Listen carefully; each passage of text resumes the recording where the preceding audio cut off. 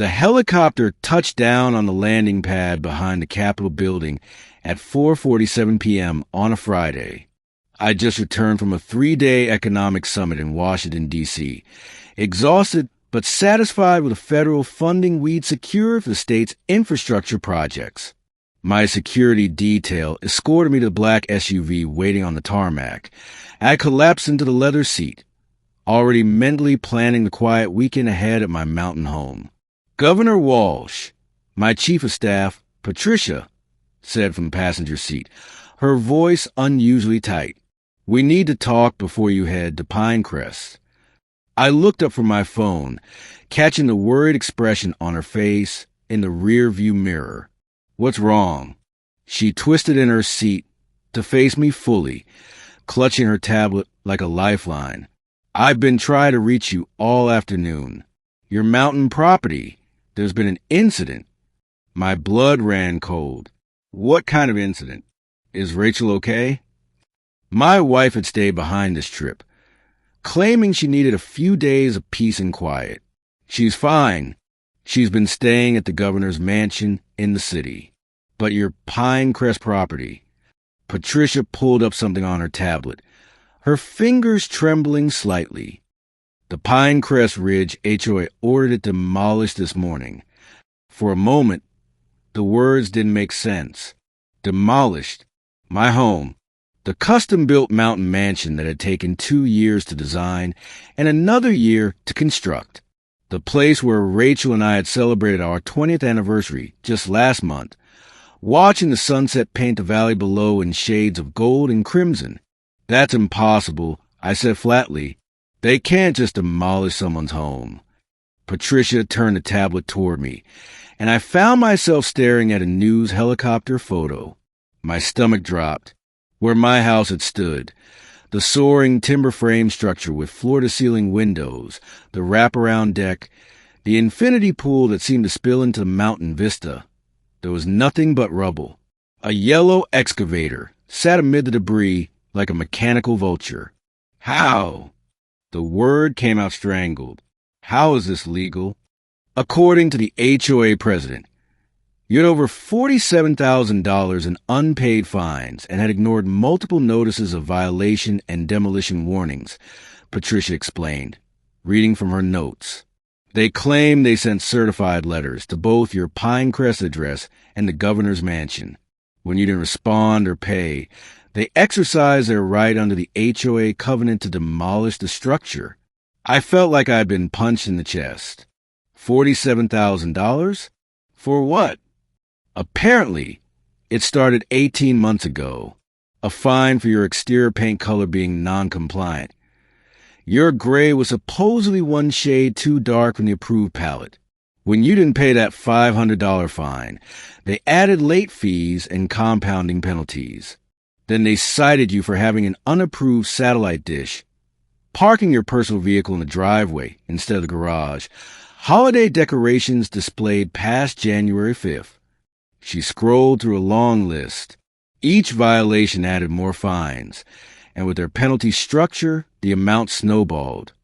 "I never received any notices," I said, my voice rising. "Not a single letter, email, or phone call." "They have proof of delivery," Patricia said quietly. "Signed receipts." "Signed by whom?" She hesitated. "Someone named R. Walsh at the Pinecrest address and staff at the governor's mansion." My hands clenched into fists.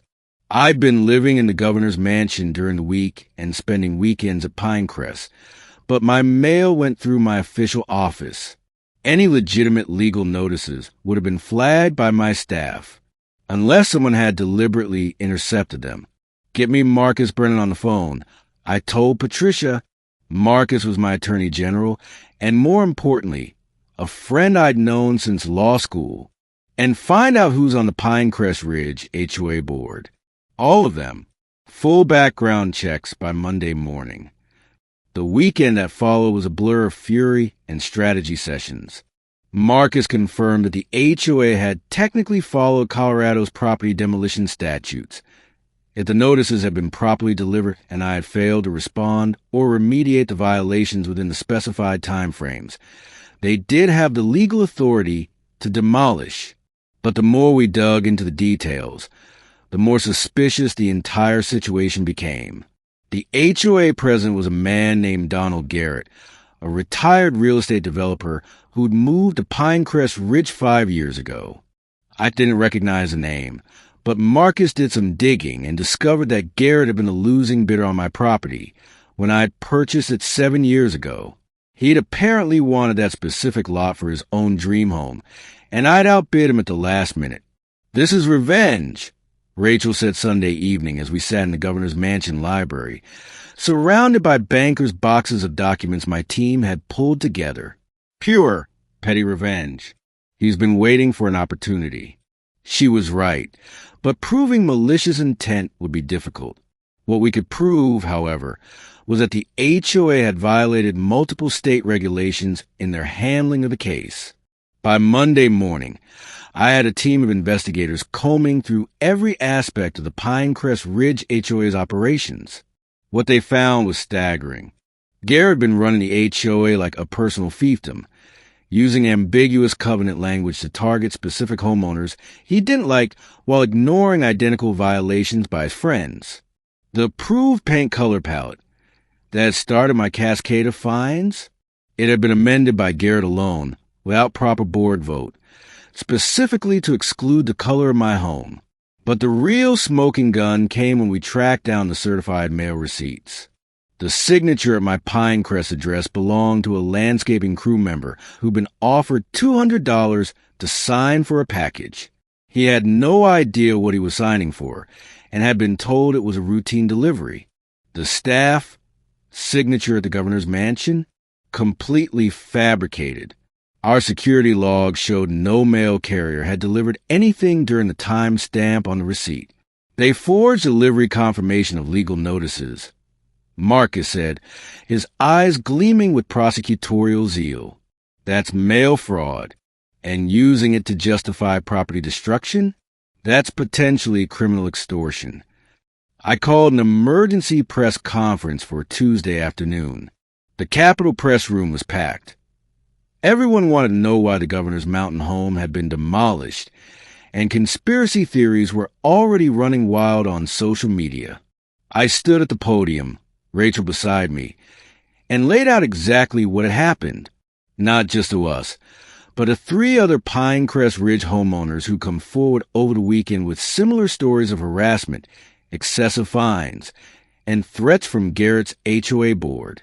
"This is not about my home," I said, looking directly into the cameras.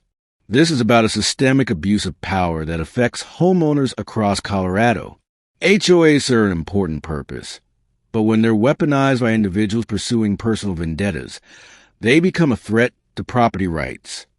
I announced that I was directing the Attorney General to investigate the Pinecrest Ridge HOA for fraud, and that I would be working with the state legislature to introduce comprehensive HOA reform legislation. We'd establish clearer oversight mechanisms, mandatory mediation before demolition, and penalties for HOA boards that operated outside the law. As for my property,